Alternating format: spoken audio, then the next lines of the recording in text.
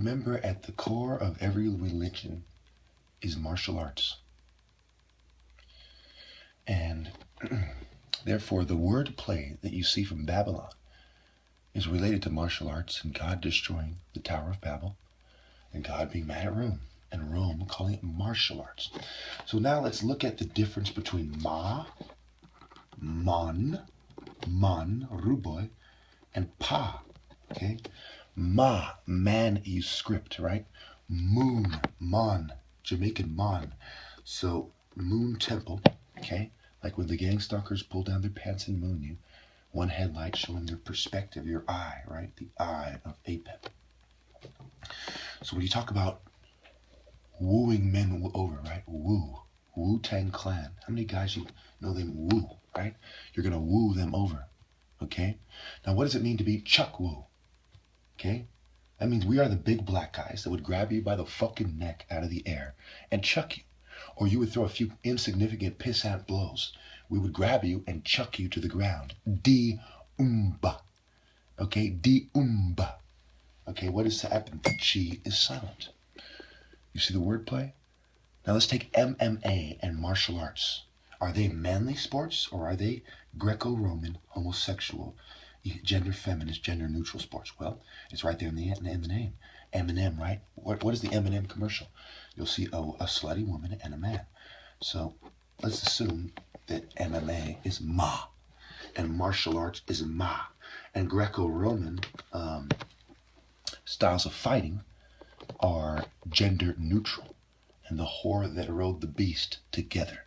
Therefore, they're gender neutral, Greco-Roman, androgynous Baphomet. So MMA, you see Ronda Rousey looking like a man, and you see men wearing thongs with a feminine look. You know, like Seth Petrocelli, for example. Seth Petrocelli, right? Versus Kimbo Slice, right? And he called him Kim because it's a gender neutral sport where you wear thongs. Now, it's not gender neutral in the sense that women fight with men, but maybe one day it will be. Okay? So you talk about Mon and the moon temple. So you talk about the first sun, the sun versus the moon. It's like, look, we know there's a bunch of gay guys who like to take our women, and we used to cut their fucking heads off. And just like Akhenaten left with his temple, you know, you talk about Saqqara, Akhenaten left with his temple, okay? So did the Igbo, you know, leaving, some people say, in the 6th dynasty, Old Kingdom. Some people say, yes, a group of Igbos left in the 6th dynasty, and they kept doing sojourns right back to the heart of Africa, which is on the left side of your body. So it's on the west, okay? Heartbreak, okay? Heartbreak. The sun sets, okay? Set, okay? The sun rises where? And it sets where? Egypt rose where? And they settled down where? So if you are the heart of man, okay, and man. So you're the heart of both schools of thought. You're the source of the people who went east, and you're the source of the people who went west. And the people who went east did not follow the ancient plan, but they're doing it in reverse. Why do you think I say that? Because they started from the west, right, of where they are. And then they went to the east. So that is God's plan in reverse. Whereas the northeast corner, like you hear in Masonry, is the northeast corner of Africa. So we started in the east and we rise. The first son and his temple started in the east of Africa. And he didn't do God's plan in reverse and leave Africa to non-sacred ground, but he went to west, to the heart of Africa in Nigeria, which is the trigger. And so what do you use to break the heart of an African martial artist? If you're a material, bingo, you turn the continent upside down and you point it at the sky, or you meet him halfway and you point it at the man. You see, Africa is, in the eyes of the Igbo, Africa is a spiritual homeland and Nigeria is the heart. In the eyes of the materialistic dogs who give you materials and substances to control your behavior and are doing God's plan in reverse, Africa is a gun meant to be done in reverse to aim at God and break his heart and shoot at him. And you can also meet them halfway and defeat the 5 by leaving them at a 5. thus shooting at man and putting the gun straight up like cops do and balancing as best as you can with Greco-Roman fat, peppy, and bustle. So when we talk about snakes being ground crawlers, dragons getting their wings clipped, and we go on and on and on, one can assume that the dragon used to be good, right?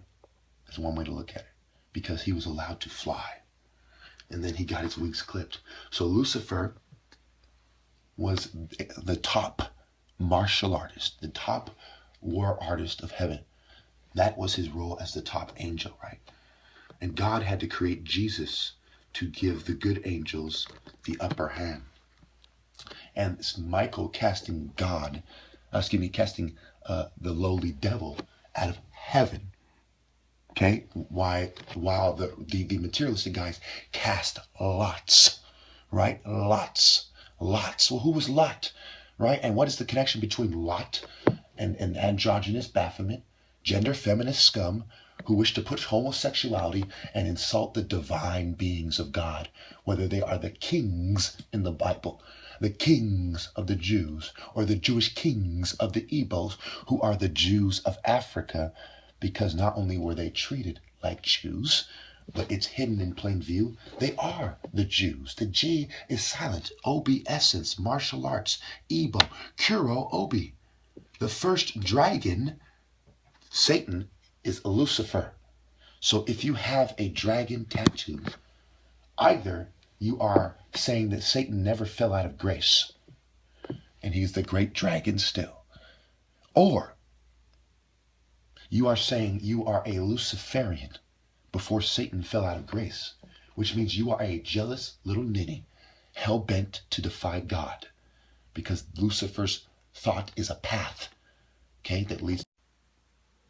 So in other words, Satan is a pale person from hiding in a dark hole like a cave. And we chucked him out of the air.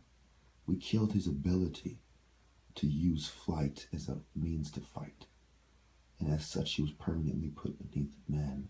When you look at it from a war art or martial art, homosexual Greek, a war art perspective, a divine war art perspective. Over time, the Asian man became shorter and shorter compared to the black man. We became taller and leaner. And therefore, their wings were clipped. They were no longer as strong as we are. And they couldn't effectively use aerial techniques, without risking the D-Umba style of outmaneuvering. We're more agile than they are. Imagine a guy who flies through the air, thus his potential movements are limited. And now he has to face someone who, with world record setting speed, I'm gonna grab him by the neck or leg or arm or something, and I'm gonna bash his skull against the ground ultimately. And he's gonna die. Therefore, you better stay on the ground and start thinking of some snake using poison, because you can't compete naturally type of bitch shit. You Hades worshipping filth. I am the top martial artist in American history with legend status, because I have set a world record in a way no martial artist can ever honestly say they broke. 15 hits from Deontay Wilder's boxing range with karate sparring gloves on, the same one I use in the matches. In 1.2 seconds, dehydrated on an unknown dose of performance-reducing psychiatric drugs, harassed, sabotage with a bare minimum of nutrition in my system, and then trying to knock me off my focus the whole time. Yes, that is a record that is unbeatable. I am the top martial artist in American history, and no one will ever be able to one-up me. Ever. Do you understand why I say that?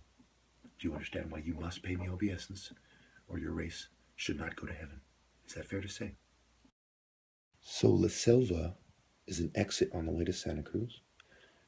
It is a street after the Masonic Community Center in Morgan Hill, off, I believe, Dunn, East or West Dunn or something, Dunn.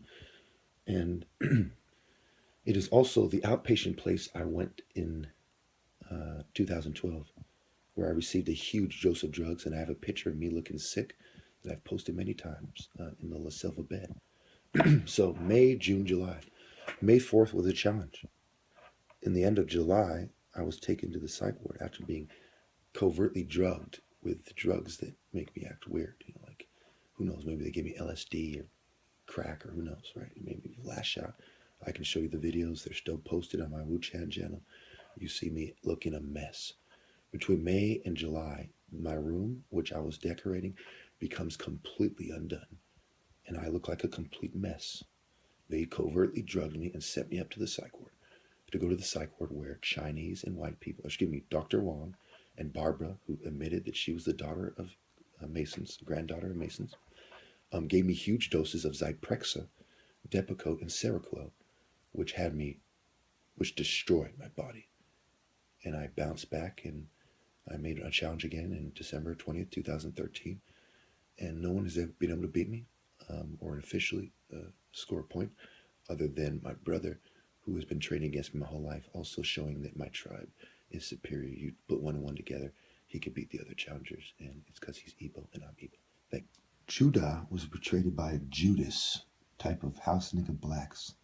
Okay, right? So what is La Selva, the silver? And what is the most profitable industry? And is it not used to sell Jesus' bloodline out?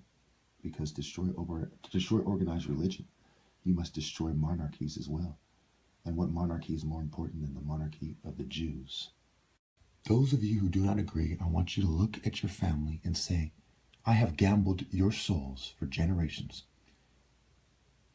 invoking the wrath of God because of my false belief that I know better than the most intellectual group of people, the Igbos, brain surgeons, Martin Luther King, Jesus, damn near 1/3 of the world, etc. And I am going to try to deny Chukwuemeka his rightful place. Even though I say that intellect is more important than superstition, and I'm doing genetics, and he has proven that his genetics come from superior intellect. So to not consider his philosophy and his religion, but to have a scale that shows that he's the wisest and the best, makes you a fucking pale coward, dooming your own family to eternal damnation. You're a fucking coward, dude. Give me my place. I will remember every face that tried to avoid giving me my place.